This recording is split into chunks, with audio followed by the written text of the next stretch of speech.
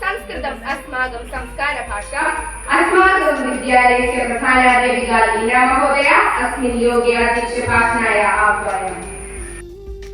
പഠിക്കുന്ന കുട്ടികളുണ്ട്. അവരെ പ്രത്യേകമായി ഈ അവസരത്തിൽ അഭിനന്ദിക്കുന്നു.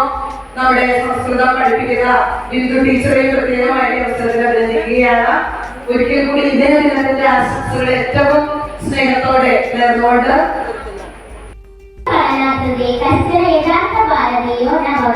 മഹാത്മാഗാന്ധി. സംസ്കൃത പഠനം കൂടാതെ ഒരാളും യഥാർത്ഥ ഭാരതീയനാകുന്നില്ല. മഹാത്മാഗാന്ധി.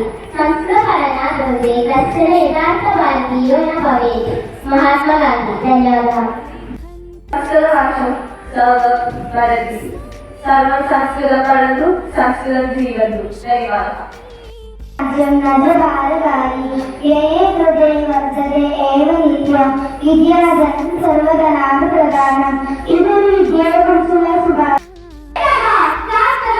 अस्ति तदा ग्रीष्मकालः काकस्य पिपासा जलम् आवश्यकम्.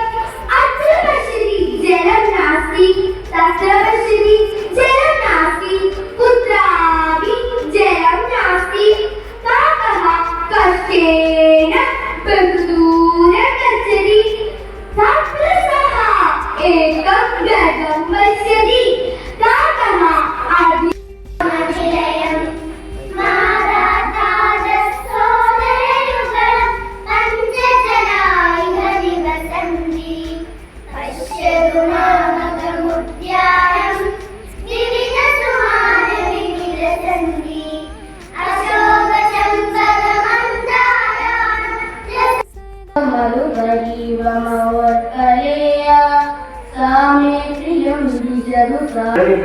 സംസ്കൃതം പഠിച്ചത് മാത്രമല്ല, ഞാൻ പ്രത്യേകം ഓർക്കേണ്ട രണ്ട് ടീച്ചർമാരാണ്. ഒന്ന് ജയശ്രീ ടീച്ചറും ടീച്ചർ LUP സംസ്കൃതം പഠിച്ചതാണ്.